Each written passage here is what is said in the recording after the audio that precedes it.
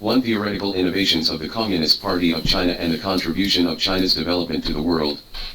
Li Xiaomen, since the 18th National Congress of the Communist Party of China, what important theoretical innovations do you think the Chinese Communist Party has made?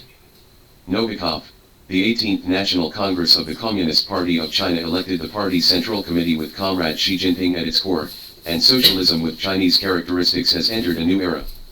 Comrade Xi Jinping has made every effort to meet the challenges of the times and put forward a series of new ideas, and new strategies that embody the innovations of the CCP's theory and practice. The deepening and intensification of the general crisis of capitalism is characteristic of the current stage of human development.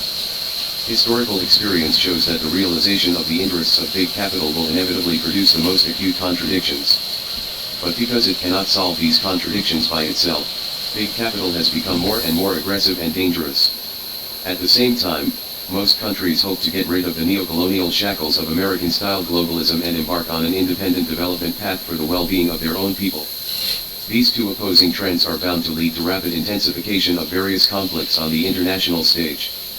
Against such a complex background, the Party Central Committee with Comrade Xi Jinping at its core has made a series of theoretical innovations, enabling the Chinese people to bravely face the future and confidently move towards socialism.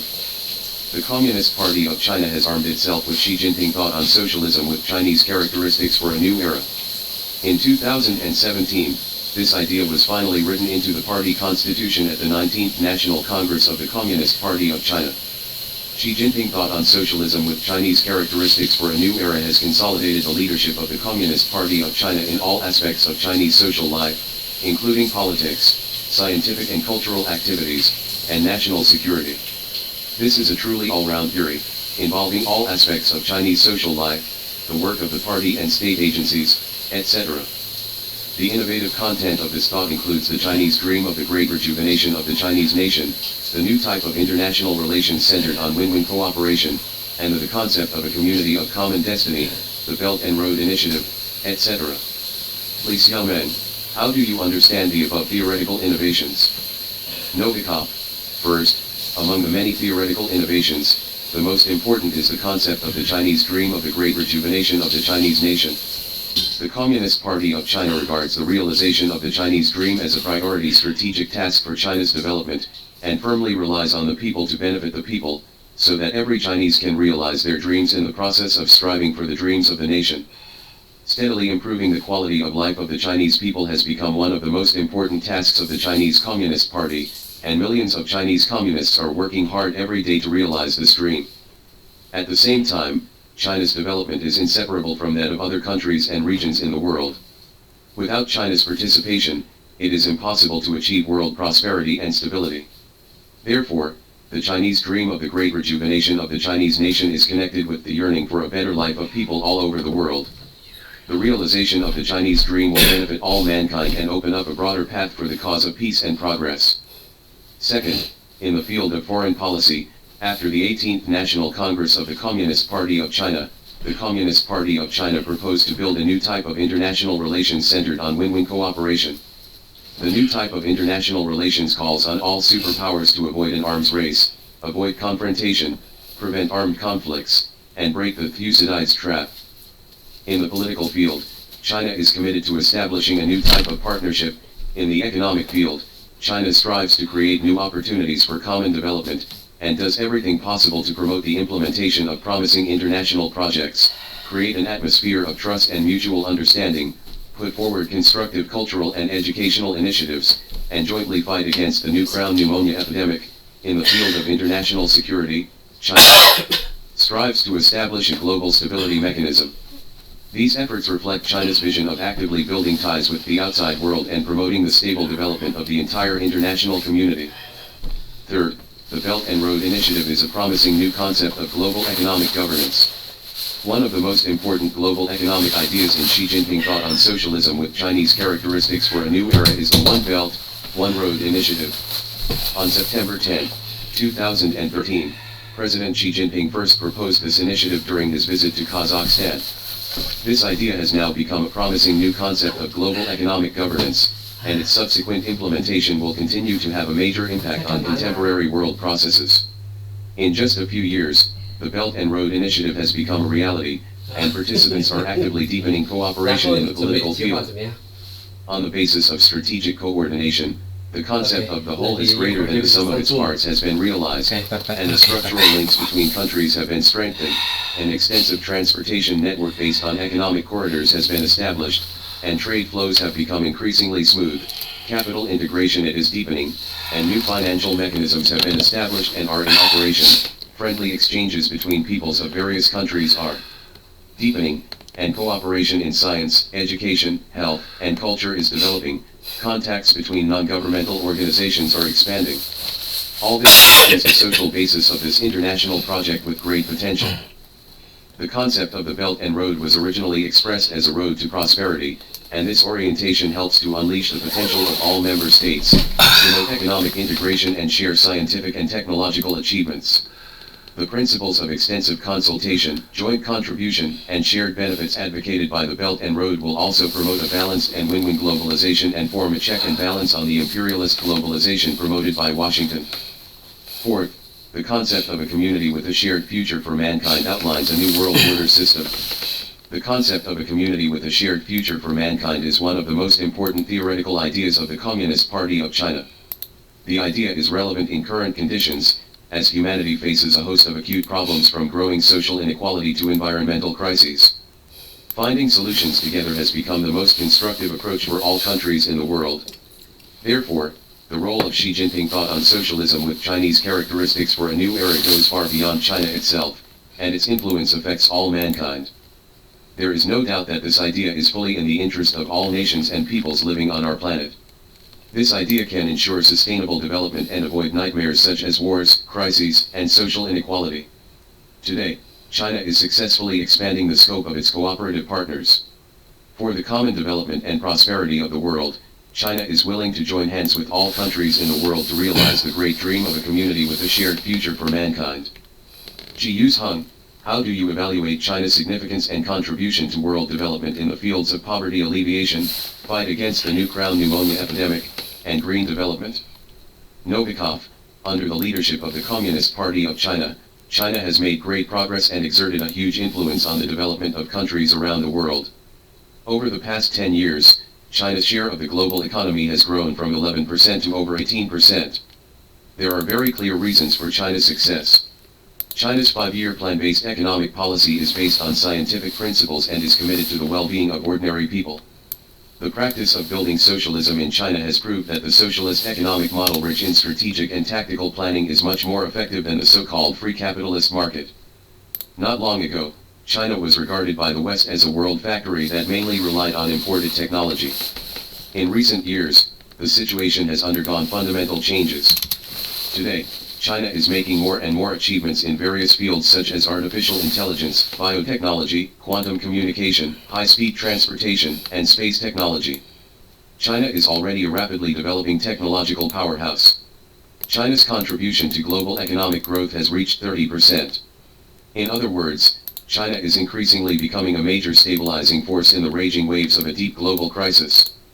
Also, it is extremely important that in capitalist countries, scientific and technological achievements and economic growth serve the interests of only a few super-rich, while in socialist China, the situation is completely different, and scientific and technological progress is at the service of working people. China's complete eradication of poverty is an unprecedented breakthrough in the world. After 40 years of hard work, 800 million Chinese people have been lifted out of poverty. Such a phenomenon is unprecedented in human history. While achieving great success according to the established plan, China helps other developing countries in terms of technology, resources, and development. The Belt and Road Initiative helps dozens of countries through the construction of infrastructure corridors. Within the framework of the project, China has signed cooperation agreements with 148 countries and more than 30 international organizations. In the process of deepening cooperation, China has helped many countries build roads, power stations, and factories, which not only creates more and more local employment opportunities, but also directly helps millions of families get rid of poverty. The outbreak of the new crown pneumonia epidemic has exacerbated the global socio-economic crisis. China's contribution to the fight against the COVID-19 epidemic cannot be overstated. As the first country to be hit by the outbreak, China allowed time for the rest of the world to prepare for this new and urgent problem. Although China has suffered many extremely unfair accusations and has been attacked by various provocative remarks, China has helped dozens of countries in the world fight against the new crown pneumonia epidemic by donating medical equipment, vaccines, and other basic medicines. China thousands of lives have been saved by international medical aid operations. There are countless examples of China aiding developing countries. In addition, China's contribution to solving global environmental problems and building an ecological civilization is also enormous. Since the 18th National Congress of the Communist Party of China, China's ecological civilization construction has reached a new height. The construction of ecological civilization has been equated with the basic interests of the people, and environmental protection has been listed as a priority direction for improving people's quality of life. Since China's 13th Five-Year Plan, improving the ecological environment to benefit the people has been an important feature of China's development. Within the framework of the Belt and Road Initiative, China has launched a Green Development Partnership Initiative with the participation of 31 countries, and has established more than 50 laboratories and other research facilities in areas such as agriculture and alternative energy. China recently announced the establishment of the Kunming Biodiversity Fund with an investment of RMB 1.5 billion. All of the above measures are consistent with the CCP's concept of a community with a shared future for mankind. To sum up, the major theoretical innovations of the Communist Party of China are the basis for China's comprehensive transformation. Most importantly, China's rapid development is reflected in the significant improvement in the quality of life of the people. The ideological innovation of the Communist Party of China has enhanced China's international prestige, thereby helping to promote the global sustainable development agenda. 2. Theoretical understanding and development status of the Russian Communist Party. Li Xiaomen, today's world has different understandings of the concept of socialism. How does the Russian Communist Party understand this? Novikov, in fact, the current bourgeoisie uses all its propaganda power to slander and distort communist ideology, distort the concept of socialism, and slander the goals and tasks of the left-wing forces. Accompanying this phenomenon is another trend. Some political groups calling themselves left are trying to whitewash and distort the concept of socialism, above all in their ideology. Some of them claim that class struggle was obsolete, or that the proletariat would disappear in history. In fact, they ignore the problem of social inequality. Reducing their activism to gender equality, they align directly with feminists and defenders of sexual minority rights, diverting workers from their most fundamental social contradictions. All this proves once again that oligarchic capital still regards the communists as its main enemy. All statements and similar declarations of bourgeois ideologues about the victory over communism, the end of history, etc., should be regarded as propaganda tricks. Their supporters can tolerate neither the profound and workable theory of Marxism-Leninism nor its successful practice. Our ideological opponents are well aware of how convincing the communist alternative to capitalism is. This is why they are so afraid of our thoughts and our activities to put them into. The founders of the communist movement theoretically confirmed the regularity of the transition from capitalism to socialism.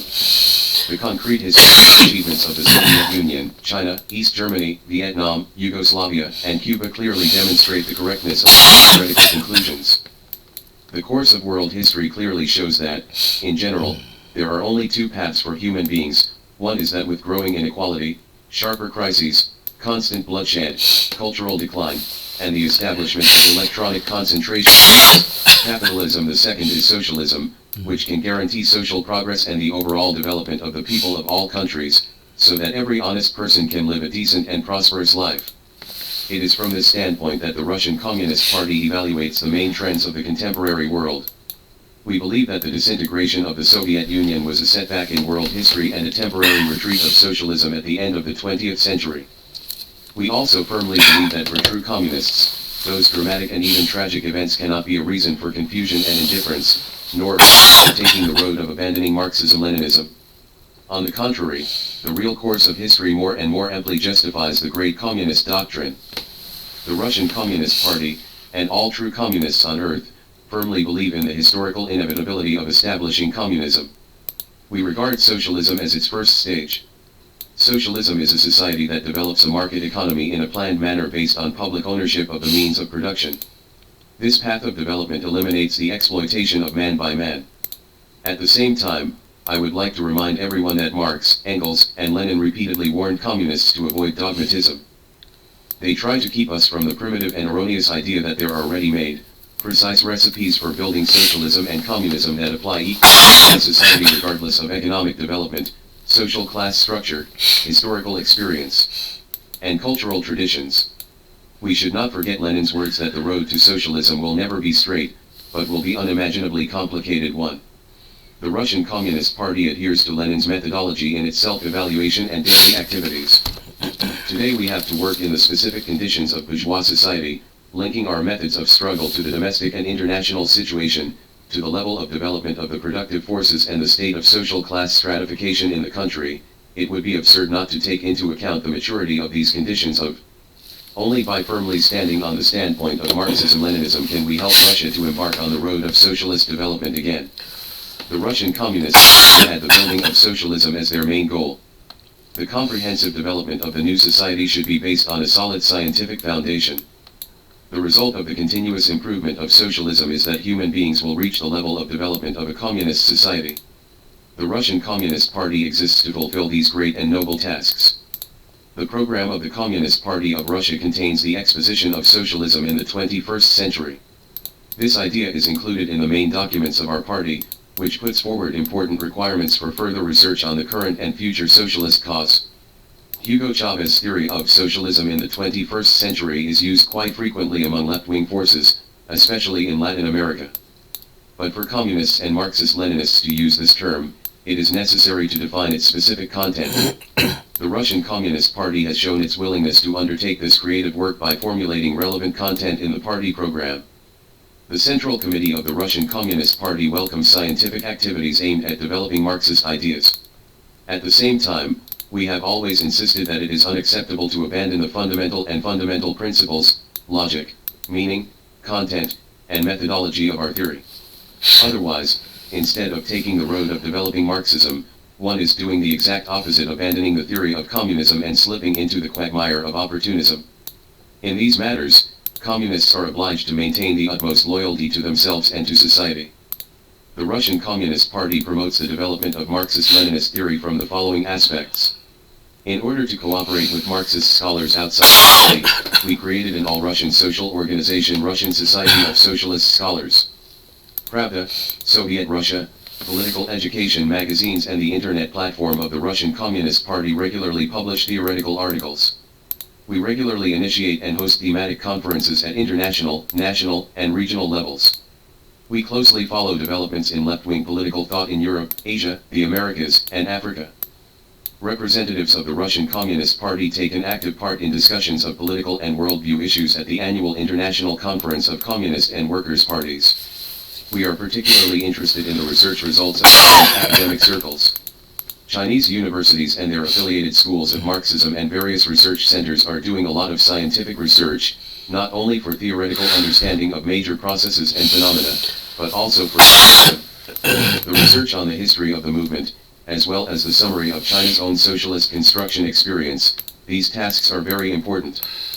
At the same time, the experiences of Vietnam, Cuba, North Korea, Laos, Venezuela, and Nicaragua provide much for assessing the prospects of socialist movements in the contemporary world. In addition, a purely political approach that focuses only on contemporary political processes and their mechanisms is insufficient. It is important to learn to view and evaluate the events we experience within the vast and multilayered context of the entire history of the world. And it is the philosophy of Marxism-Leninism that enables us to understand these issues in the deepest way. So let us once again stress as clearly as possible that the essence of 21st century socialism is first and foremost to firmly follow the theory of Marxism-Leninism, to develop it constantly, and to apply it creatively in practice, taking into account the particularities of the specific situation. The premise of socialism is the abolition of private ownership of the means of production and its replacement by public ownership. What needs special attention here is how the classic writers of Marxism-Leninism understood the replacement of private ownership.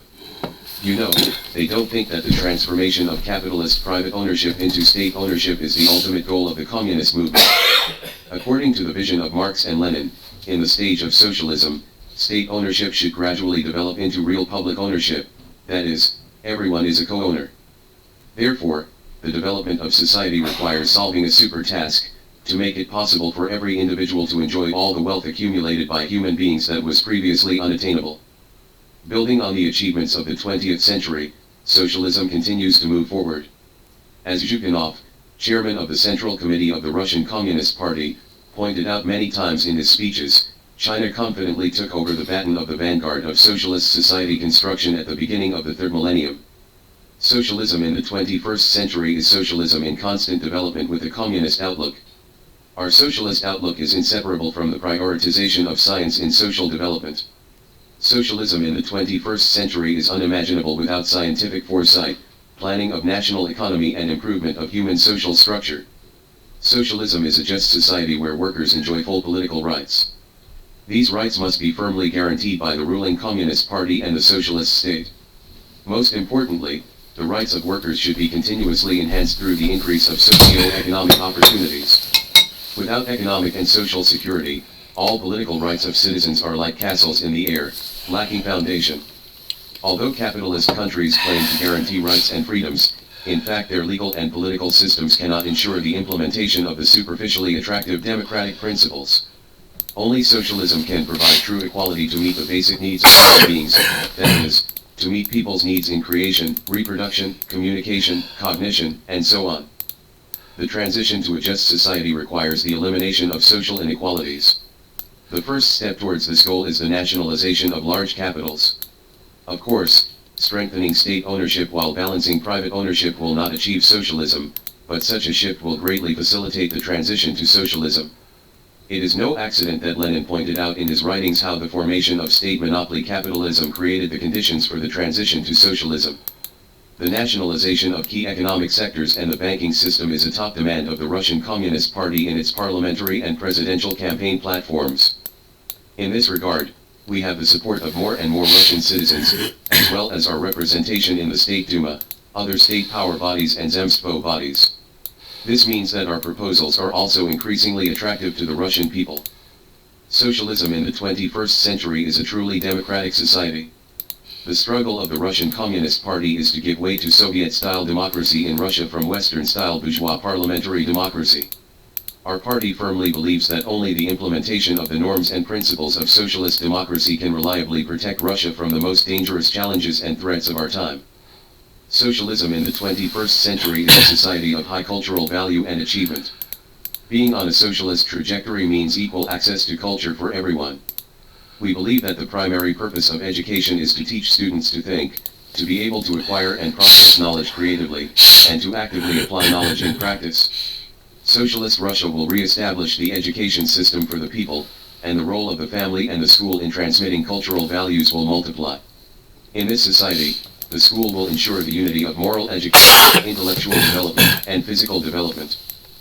The Russian Communist Party believes that socialism in the 21st century should include all the features discovered scientifically by Marxism-Leninism and confirmed by the practice of socialist construction, and take into account the country's specific level of scientific and technological progress and national characteristics. In this regard, the Russian Communists are seriously studying the experience of building socialism with Chinese characteristics. We believe that we can obtain extremely important and instructive enlightenment from it, and the practice of China's successful construction of socialism will enrich our theoretical think tank.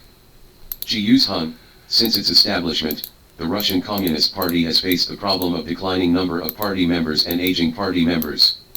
What measures has the Russian Communist Party taken in this regard? What do you think of the current political status of the Russian Communist Party in the country? Novikov, at the turn of the 1980s and 1990s, both the Communist Party and our entire country were in deep crisis. In August 1991, after a series of events in the Soviet Union, the Communist Party was banned from its activities. Even in its severely weakened state, the Communist Party of the Soviet Union remained an organizing force, uniting tens of thousands of loyal communists, and the Soviet value system continued to exert a significant influence on the political process of the CIS countries. From February 1993, the re-established Communist Party of Russia started its own activities and today works as an opposition to the ruling bourgeois party. In 2023 we will celebrate the 30th anniversary of the reconstruction of the Communist Party of Russia. From the day of reconstruction, our party has occupied an important place in the Russian political system. Party organizations were revived throughout the country, an influential Russian Communist Party group was formed in the State Duma, a number of our comrades were elected regional leaders, political terms such as red zones appeared and were widely used. The Communists became the spokesman for the interests of many working groups. The Russian Communist Party is actively fighting against predatory privatization and against Russia's abandonment of its international stance. In September 2021, Russia will hold State Duma elections, and the voting data directly prove that the social influence of the Russian Communist Party has increased. In elections at the regional level, the list of Russian Communist Party victories abounds. Russian communists served as leaders of the Ural, Ulyanov, and Caucasus republics. Our comrade Anatoly Lokadai, a member of the Presidium of the Party Central Committee, has won the confidence of the residents of Novosibirsk twice in the mayoral elections of the city. In the 2021 general election, the political agenda of the left has become the center of attention throughout Russia. In the 10-step plan towards people's power, the Communist Party of Russia showed the practical path to carry out large-scale social and economic reforms. The Russian development strategy contained in this document has been carefully calibrated and confirmed by the best world experience, including the practice of building socialism in China. Under the leadership of the Central Committee of the Communist Party of Russia, Communist parliamentarians embodied their socio-economic and socio-political proposals in specific legislative initiatives. The program of the Russian Communist Party became the basis for uniting a broad alliance of left-wing patriotic forces. Thanks to the attractiveness of ideas, the Russian Communist Party was able to win the deep support of people in the fierce political struggle. 2021 The results of the State Duma elections in 1999 proved the ideological bankruptcy of anti-communist activities in Russia. The 2021 election results show a growing demand for a leftward turn in society. Overall, the election results can serve as an important indicator of the moral and political success of the Russian Communist Party. As for the number of members of the Russian Communist Party, it has indeed decreased compared to the 1990s. This phenomenon reflects the objective process of the party's role change in Russian society from the ruling party in the Soviet Union to the opposition. The elected party organs are working in a targeted manner to expand the ranks of the Russian Communist Party by recruiting new members. These issues were frequently discussed at the party congresses and plenary sessions of the Central Committee. We are very clear that the party's mass character is an important condition for the party's success. However, we believe that the current priority is not quantitative indicators, but qualitative indicators. Lenin touched on this topic more than once and made it very clear. Lenin emphasized, party members in name only, even if they are given for free, we don't want them. Only a ruling party like ours in the world, that is, a party of the revolutionary working class, does not pursue the increase in the number of party members, but pays attention to the improvement of the quality of party members and the quality of party members. Cleansing of infiltrators.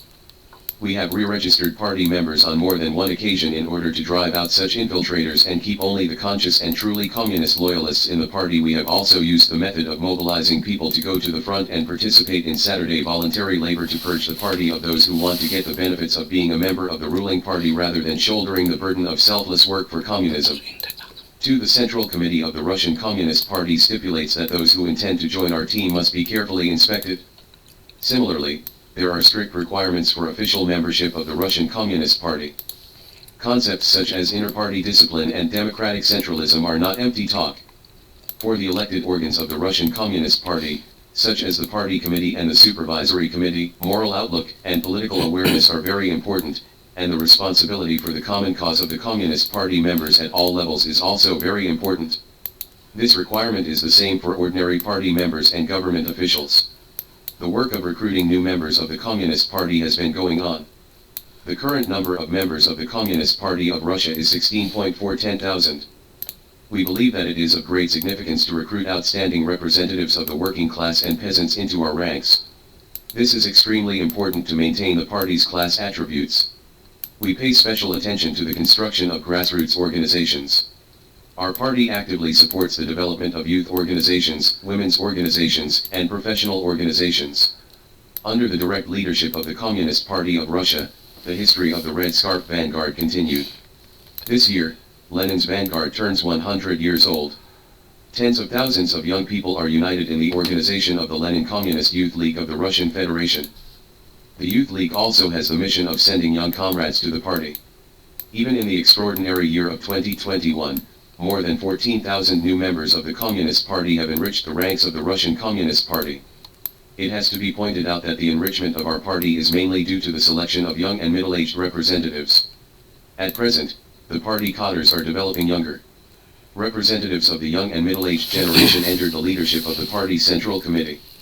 The composition of the Presidium and the Secretariat of the Central Committee of the Russian Communist Party can well illustrate this point. Many young communists headed the committees of the states, territories, and republics. In 2021, more young people will become members of the Russian Communist Party group in the State Duma. Objectively speaking, the Russian Communist Party is a political force acting for national innovation and for a better future for the people. We defend the rights and interests of all age groups, propose measures to protect the rights and interests of pregnant, and breastfeeding women and children, support workers and retirees in safeguarding their rights, support the protection of the last remaining achievements of the Soviet education system and healthcare system, and strive to achieve industrialization in the 21st century creates new jobs, especially for young people. Party leaders are very concerned about the training of cadres. To this end, in 2013 the Political Studies Center of the Central Committee of the Russian Communist Party was established. Over the past 9 years, more than 1,500 young party members have attended and studied at the center. They enriched their knowledge reserves, enriched their new experience, and had the opportunity to have a close look at the work of the party Central Committee and its branches. A well-developed political education and party learning system for party members will lay the foundation for the success of the party's cause. Today, our country is going through an extraordinary period in history. The Russian Communist Party is the only political force in Russia today that has come out of the capitalist predicament and put forward a convincing plan, taking the road of socialist development. G.U. Hung, the Communist Party of Russia has extensive contacts with communist parties in Eastern Europe. How do you evaluate the current development trend of these parties? Compared with socialist parties in other countries, what difficulties and challenges do they face? Novikov, after the destruction of the Soviet Union and the socialist state system, the people of Eastern Europe fell into a serious crisis. These countries are solicitously invited by cunning liberal orators to join the Euro-Atlantic family, while Western Europe and the United States simply do not treat their inhabitants as equal partners. They were brought into the Western world under extremely harsh conditions. First, the American, British, German, and French bourgeoisie have targeted deindustrialization of Eastern Europe while not allowing Russia and China to increase their influence in the region. To thwart this influence, the West set out to create a buffer zone, implementing a suite of essentially destructive measures to massively militarize Eastern Europe and actively drag it into NATO. For the same purpose, global capital cultivated nationalist forces, even openly fascist forces, in Eastern European countries. The people of Eastern Europe who refused to accept the shameless rules of the globalists were openly persecuted. A dramatic sequence of events affected the communist movement in Eastern European countries. At present, the activities of the Communist Party in many Eastern European countries have fallen into extreme difficulties. However, the bourgeoisie did not achieve a complete suppression of the communist movement in Eastern Europe.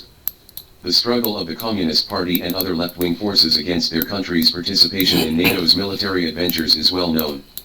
They stood up against the Bandera system, demanded an end to Russia-hating policies, supported Cuba and other independent countries in defending their sovereignty, and opposed the arms race, militarization, and increased military spending.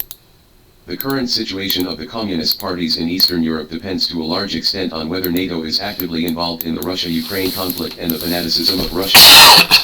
In this context, the European left is under increasing pressure from reactionary pro-fascist forces.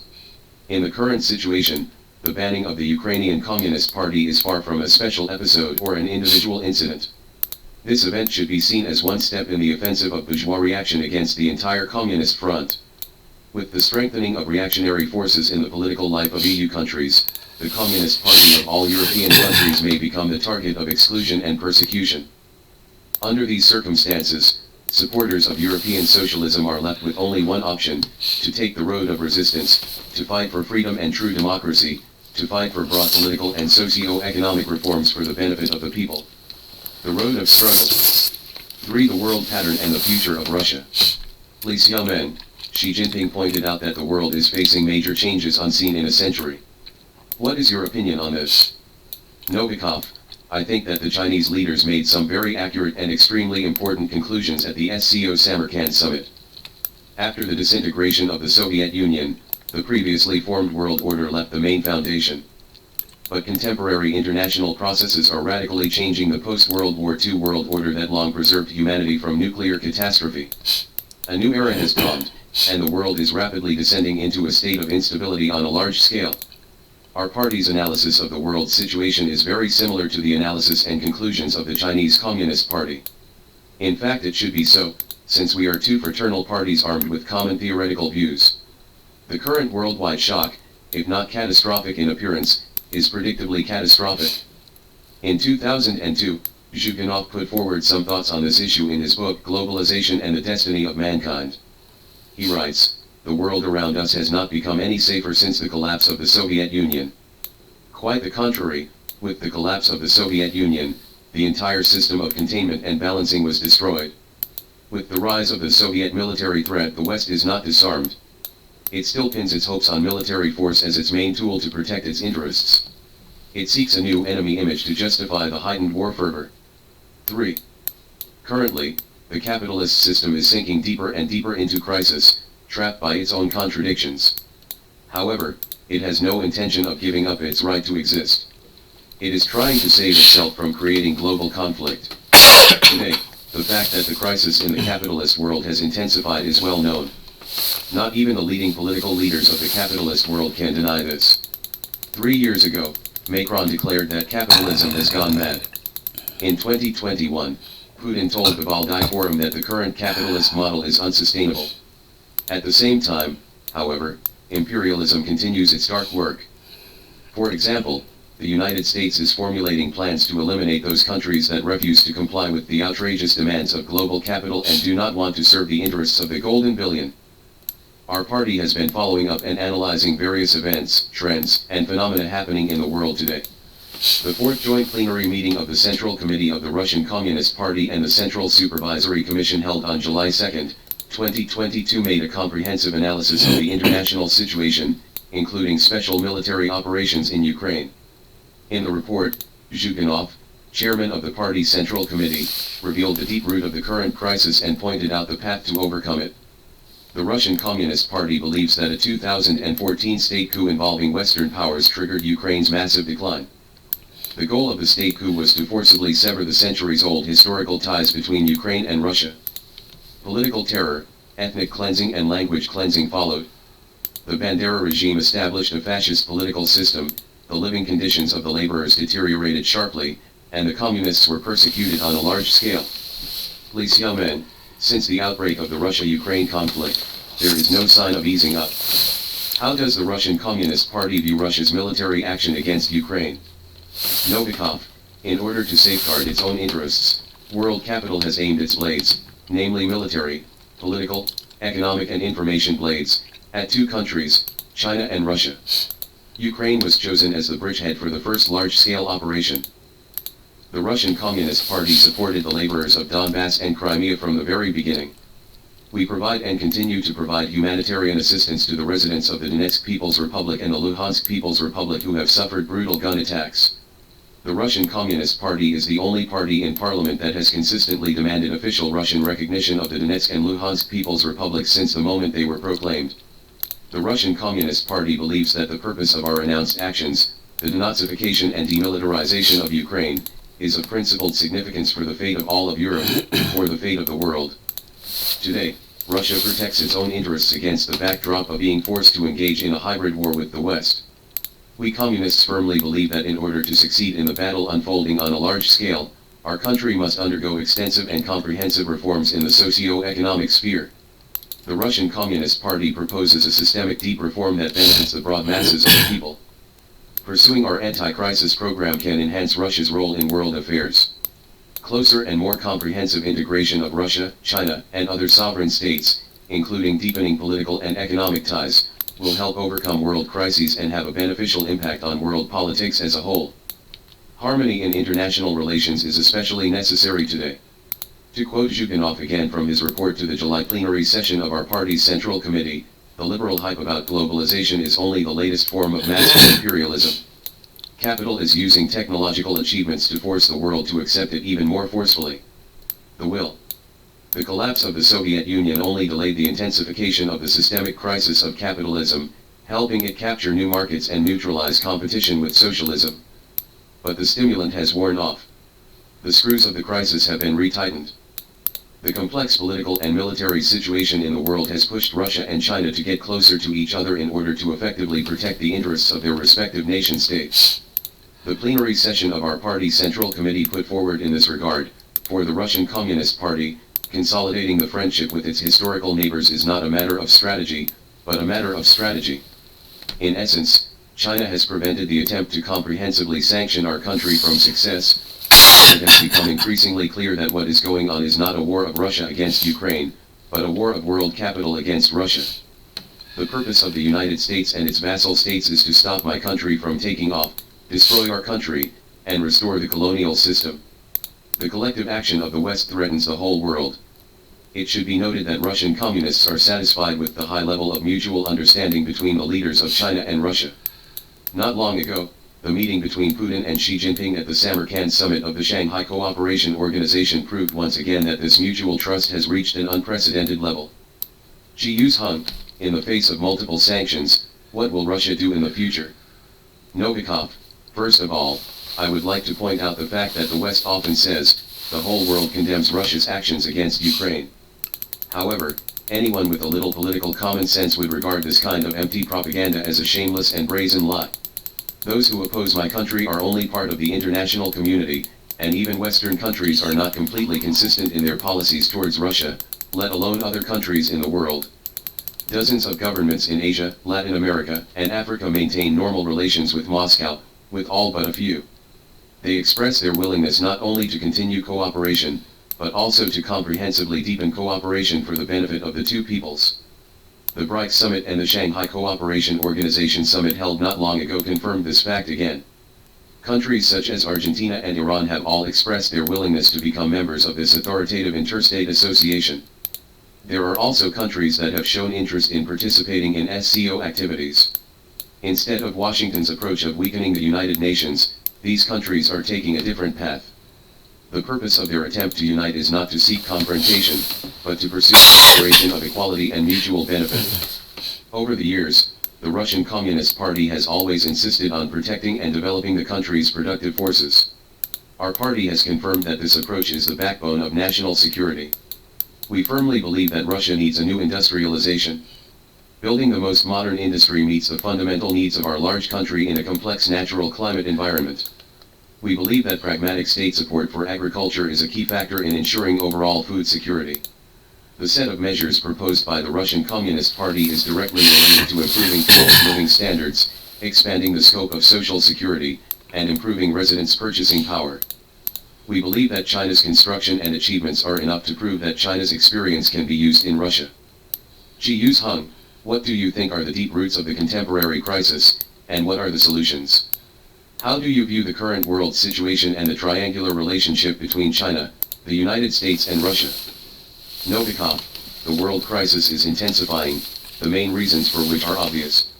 After the disintegration of the Soviet Union, in the eyes of capitalist elites, their world hegemony seemed unbreakable and unquestionable.